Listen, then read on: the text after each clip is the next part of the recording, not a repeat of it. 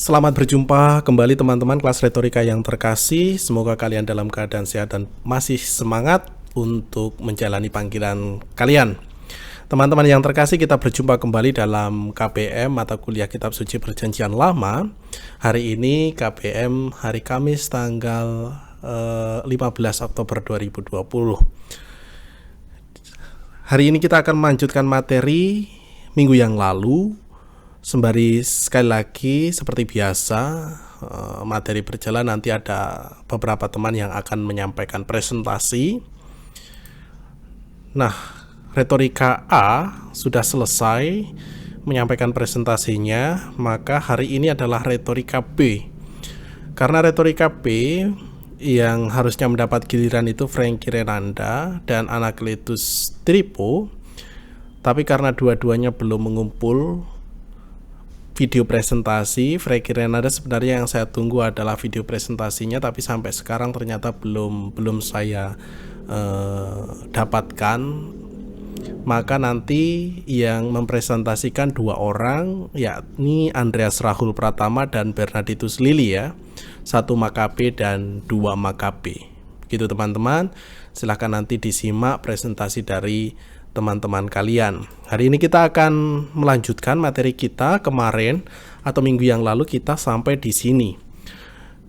Di periode ketika kerajaan pecah menjadi dua antara tahun 930 sampai 722. Angka 722 ini sebenarnya menggambarkan kisah ketika kerajaan utara yang di sebelah kanan teman-teman ya, itu diserang oleh bangsa Asyur, kemudian dibuang di Asyur.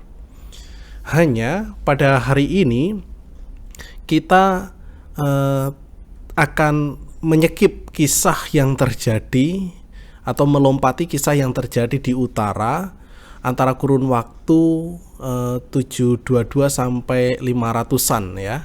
Kurun waktu itu karena sekali lagi juga keterbatasan materi kita, karena juga kita tidak berfokus di sana, artinya ada sesuatu nanti yang tidak kita bahas, yakni ya keadaan kerajaan Israel.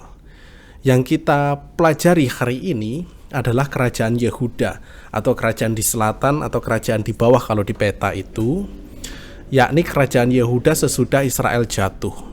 Jadi ada sesuatu yang mungkin kita lompati, kerajaan Israel kemana, kerajaan utara kemana, kenapa tidak kita bahas dan seterusnya.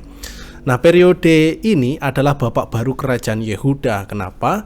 Karena kerajaan Yehuda pada waktu itu sudah resmi sebenarnya ya terpecah pada waktu itu, dan kerajaan Yehuda dianggap sebagai kerajaan yang resmi karena mendapatkan warisan resmi dari Salomo, yakni Rehabeam. Sementara Yerobeam adalah, kita katakan di sini adalah orang yang membelot atau orang yang tidak setuju dengan kerajaan warisan ayahnya seperti itu. Tetapi yang ikut pada waktu itu membelot atau menyimpang sebenarnya banyak, sehingga mereka mendirikan kerajaan sendiri dan mereka mengklaim kerajaan Israel juga.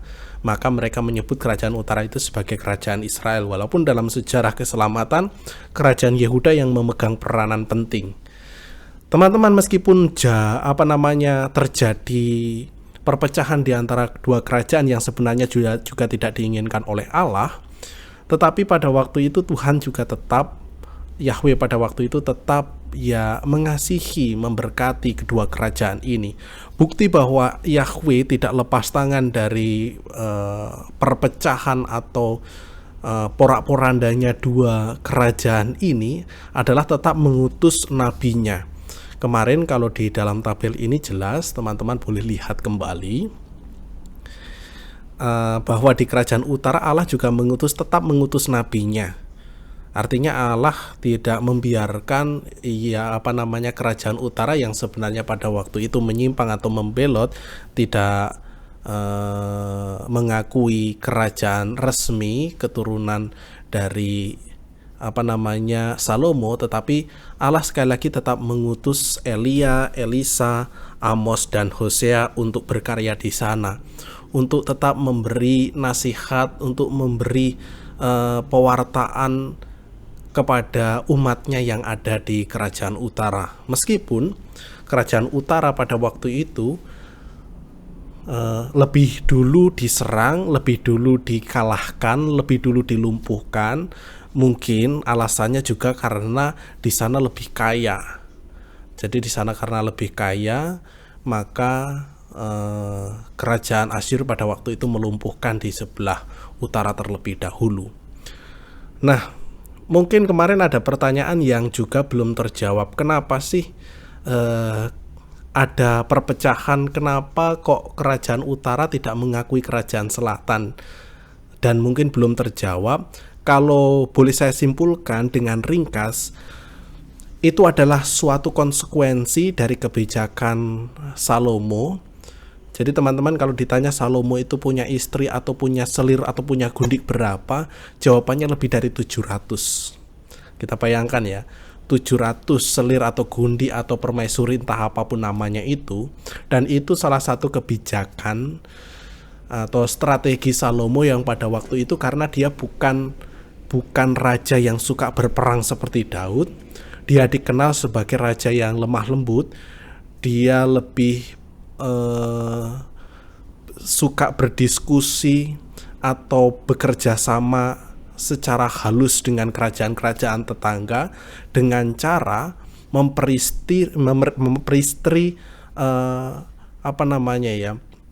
putri dari kerajaan-kerajaan yang ada di sekitarnya, yang ada di Israel maupun yang ada di sekitar Israel.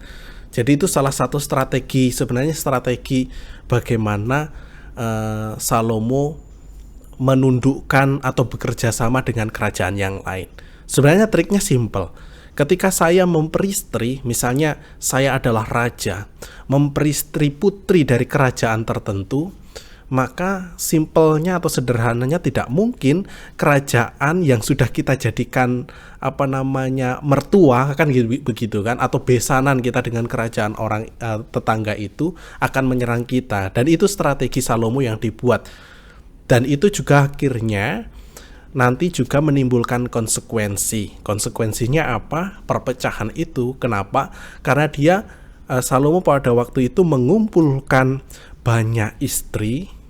Ya, mau tidak mau kan seperti itu, ke dalam istananya, ke dalam kerajaannya, yang tanpa disadari Salomo membawa dewa-dewi sesembahan dari putri-putri yang dipersuntingnya atau diperistrinya. Jadi seperti itu. Karena membawa dewa-dewi, lalu anaknya juga kemudian juga terpecah belah. Dan alasan yang sangat mendasar kenapa terpecah, ya itu karena rebutan kekuasaan di antara anak-anak Salomo itu sendiri ya. Salah satu yang paling mengemuka adalah Yerobeam dan Rehabeam. Nah, waktu itu Salomo menurunkan tampuk pemerintahan itu sebenarnya kepada Rehabeam, tetapi karena Yerobeam merasa tidak terima, lalu punya komplotan, kita katakan ya dalam tanda petik, punya pasukan juga sendiri, akhirnya dia mendirikan kerajaan yang ada di utara yang disebut dengan kerajaan Israel. Jadi itu jawabannya teman-teman, kenapa kok kerajaan Israel itu pecah menjadi dua, Yehuda dan Israel, selatan dan utara. Begitu ya, mudah-mudahan menjawab. Nah, mungkin juga sudah saya pernah sebutkan sebelumnya tentang konsep kenabian. Karena begini, Daud, Salomo adalah raja. Tetaplah mereka pilihan Allah. Kita tahu ketika Daud dipilih menjadi raja, itu juga atas peran serta Allah. Tetapi Daud, Salomo bukan nabi dalam konteks kenabian entah itu di dunia bangsa Yahudi maupun di dunia kekristenan ya. Kita sebut Yahudi juga mengakui bahwa Daud atau Salomo itu bukan nabi, tapi raja. Lalu nabinya siapa? Kemarin sudah saya tunjukkan ya, ketika Daud berkuasa, nabinya adalah Nathan, nabinya adalah God, kan seperti itu. Kemarin juga beberapa teman sudah membahas tentang kitab raja-raja seperti itu. Lalu ketika diturunkan kepada Salomo, lalu kepada Yerobeam dan Rehobeam, lalu nanti kepada anak-anaknya, masing-masing kerajaan raja itu juga didampingi oleh nabi. Ada Amos, ada Hosea, ada Elia, ada Elisa, ada Mika. Ada banyak sekali nabi-nabi yang kita katakan mendampingi pemerintah waktu itu yang berkuasa, entah itu rajanya siapa. Jadi seperti itu. Maka ketika ada pergunjingan teman-teman oleh dunia luar, loh kenapa orang Katolik monogami? Itu lihat nabimu Salomo atau Sulaiman, kita katakan seperti itu kan, istrinya aja sampai 700. Kenapa kalian monogami? Nah, itu sesuatu yang keliru. Kenapa? Karena sekali lagi Salomo bukanlah nabi, dia adalah raja. Dia orang terpilih, tetapi dia juga bisa berbuat dosa, dan dosa adalah dosa yang melahirkan hukuman. Kita katakan seperti itu.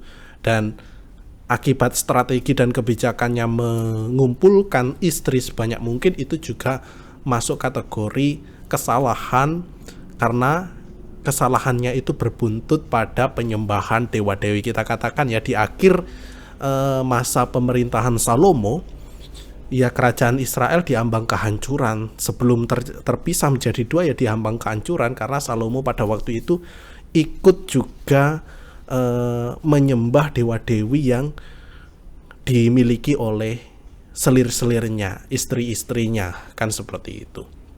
Jadi begitu teman-teman jawabannya. Nah, ketika Israel dihancurkan, kita kembali ke slide ini ada sejumlah orang yang melarikan diri ke selatan. Israel dihancurkan maksudnya adalah kerajaan utara. Ketika kerajaan utara dihancurkan, orang-orang yang dari utara ada yang melarikan diri ke selatan dengan membawa sejumlah naskah ke Yerusalem. Apa saja naskah itu? Contohnya adalah karya Helohis. Teman-teman masih ingat kemarin? Kalau tidak ingat, silahkan melihat ke materi pembelajaran berikutnya. Apa itu Elohis atau apa tradisi Elohis itu, sumber Elohis itu seperti apa, kriterianya. Nah, di dalamnya juga ada kisah Elia dan kisah Elisa, lalu kumpulan nubuat Amos dan Hosea. Jadi teman-teman, kalau teman-teman ingat, Elia, Elisa, Amos, Hosea adalah nabi yang diutus Allah untuk kerajaan utara, kerajaan Israel. Jadi ketika di sana dihancurkan, maka naskah itu dibawa ke selatan atau ke Yehuda, dan naskah juga mengenai pembaruan berkala perjanjian Sinai yang di dalamnya adalah kitab Ulangan bab 5 sampai 28, dan sebagian arsip kerajaan utara juga dibawa ke selatan. Begitu teman-teman ya. Lalu raja yang berkuasa setelah Rehabeam ini artinya ini kerajaan Yehuda adalah Ahaz, Hizkia, Manase, Amon, Yosia, itu muncul Nabi Yeremia di sini, lalu Yoyakin hanya 3 bulan, muncul Nabi Yehezkiel di sini, dan Zedekia. Nanti ada di sini beberapa raja yang ikut dibuang ke pembuangan. Jadi tidak semua raja di sini memerintah di Yerusalem, tetapi mereka ada beberapa yang memerintah mereka dibuang. Nanti kita akan singgung ketika kita masuk ke periode pembuangan. Lalu yang raja yang berkuasa setelah Yerobeam siapa saja? Silahkan nanti teman-teman cari sendiri, karena di sini kita hanya fokus membahas yang di sebelah utara. Sebelah selatan maksud saya adalah kerajaan Yehuda. Nah, lalu perkembangan kitab sucinya bagaimana? Perkembangan kitab sucinya yang pertama adalah persatuan antara tradisi J dan tradisi E. Teman-teman kemarin minggu yang lalu kalau masih ingat, tradisi J itu adalah tradisi Yahwista, dan tradisi E itu adalah tradisi Elohis, tradisi Elohista. Lalu apa cirinya? Silahkan kembali ke materi pembelajaran minggu yang lalu, isi dari kedua atau perbedaan dari kedua tradisi ini. Jadi pada tahap ini perkembangan kitab sucinya adalah persatuan, dan prioritas pada naskah yang J atau tradisi J, karena naskah E itu dianggap mirip dengan tradisi J, sehingga E hanya untuk melengkapi tradisi J saja. Begitu ya. Lalu pewartaan nabi-nabi, ada pewartaan Nabi Nahum, Zefanya, Yeremia, dan Habakuk, baik lisan maupun tulisan yang ditulis oleh para muridnya. Jadi pewartaan nabi-nabi ini sudah mulai banyak yang diceritakan atau yang diwariskan kepada generasi ini. Lalu kisah sejarah Deuteronomistis ini mengacu pada Ulangan bab 5 sampai bab 28. Deuteronomistis itu kalau sebenarnya menyebut ke kitab Ulangan itu sendiri. Maka kalau teman-teman baca kitab Ulangan dalam bahasa Latin itu Deuteronomium kalau nggak salah ya itu ya. Lalu yang berisi apa? Karya raksasa tentang sejarah bangsa Israel sejak Musa sampai dengan Raja Yosia. Jadi itu kisah sejarah Deuteronomistis, itu kisah yang berisi tentang karya raksasa sejarah bangsa Israel sejak Musa sampai dengan Raja Yosia. Dan pada periode ini sudah muncul Mazmur, Amsal. Kita tahu bahwa Mazmur itu sebagian besar adalah diakui bahwa itu karangan dari Daud. Bahwa kemarin teman-teman kalau mengikuti presentasi dari teman-teman yang membahas Mazmur, kemarin juga sudah dibagi-bagi ya, bahwa tidak semua Mazmur itu dari Daud, tapi ada beberapa penulis lagi yang juga ikut ambil bagian dalam penulisan kitab Mazmur. Lalu Amsal, lalu saduran kembali kisah Yusuf yang tertuang dalam Kejadian 37 sampai 50. Ini perkembangan kitab suci sampai tahap kerajaan Yehuda setelah kerajaan Israel dibuang ya.